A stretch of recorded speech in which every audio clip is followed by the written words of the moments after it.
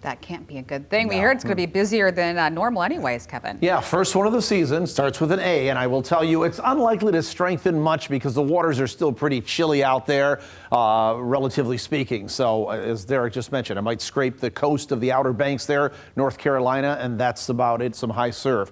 Good evening, everybody. We have a wet day across the air. This is one of the first days I can remember in quite a while where it literally just rained all day. I know we had rain last week, and there were some pretty good amounts, but it was just a soggy day out there today.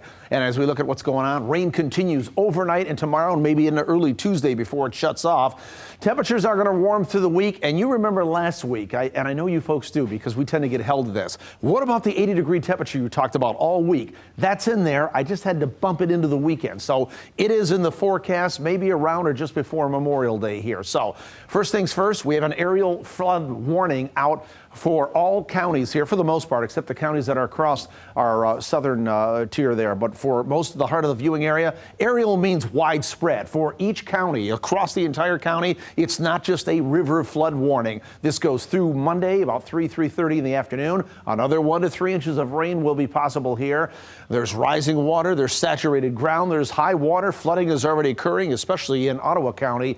In the creeks, streams, rivers, tributaries, they're all starting to run high, and they're going to continue to swell. And remember, when that happens, we usually don't see the crest and see that shake out for days down the road. So we're going to be dealing with that here over this week. We have widespread rain still going on out there right now. Everything in green is a steady rain that's falling. But where this transitions to yellow and orange, that's more of a moderate rain that's going on out there. I don't have any lightning in any of this. I've turned that on, and we might hear a rumble of thunder overnight from Grand Rapids down to the south, but we're not really looking for severe weather from this. Our temperatures are in the 50s. We'll generally stay steady, might even go up a degree or two as we go through the overnight hours. It's going to be a very mild night. So as we look at clouds and radar movement and pull out to a wider perspective, this is all coming up from the south. We have the pipeline all the way down into the Gulf of Mexico. There's a low pressure system sitting here, and it's funneling all this moisture up. It will continue to do so. Here's the problem. As this low drifts down here like this, remember the circulation around these lows like this, coming up this way. Once the low drops this way,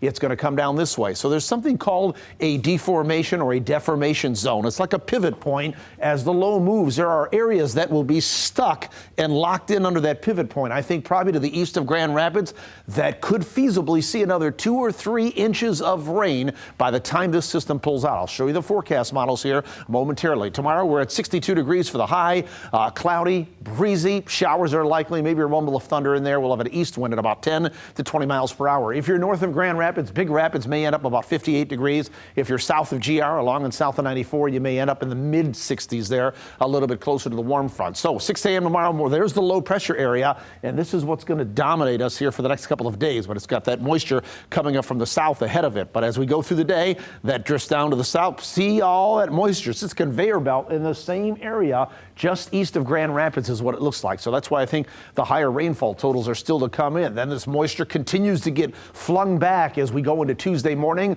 Still probably some lingering showers on Tuesday morning, but as the system gets far enough to the south, it should pull most of that out of here. But I think Tuesday's still going to be a cloudy day, but we'll tend to dry out the later portions of Tuesday. Wednesday morning, and especially as we get into Wednesday afternoon, we should begin to see some sunshine breaking through by that time, and the temperatures will respond accordingly as well. Here's future rainfall. This is from our GFS forecast model. This is from midnight tonight until 12 noon on Tuesday. See what I mean about the pivot point? As it throws all that moisture up, there is an axis of very heavy rain or potentially very heavy rain still to come. Another 2, 3, maybe some isolated 4-inch amounts east of Grand Rapids when you get caught under that pivot point of the low as it departs. Let me look for another forecast model. I'll show you another one. Again, we're looking for consistency in these forecast models. Folks, don't get caught up in the exact number in each one of these communities. What I want you to take away from is this model also from Grand Rapids off to the east is painting that axis of heavier rain where another 2 to 3 inches may certainly be possible before this system departs. So again, we've got aerial flood warnings out across each county here on an already saturated ground, so the water really can't run off. It just sits there or it piles up or it floods. And that's exactly what's going to be happening here, I think, over the next couple of days. Then we'll have the river river flood warnings to worry about down the major river basins, which probably won't crest out until later this week. So this is something we're going to hear about for a little while here. 62 degrees tomorrow, breezy. We talked about that. Off and on rain showers, maybe a rumble of thunder. 63 on Tuesday, a few lingering morning showers, breezy, but the afternoon should be dry, but mainly cloudy. If we get a little bit of sunshine on Wednesday, we should get up to about 70 degrees. We're in the mid 70s for Thursday and Friday. That looks dry.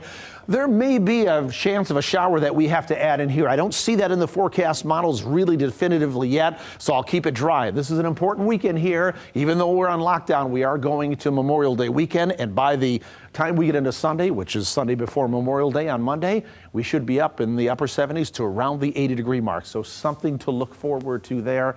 Just batten down the hatches and watch for flooding potential, especially if you're in an area that is prone to flooding, because there's a lot of water out there and there is more to come. Get more at fox17online.com. Derek, Janice? All right, nice looking holiday weekend forecast. Kevin, thank you.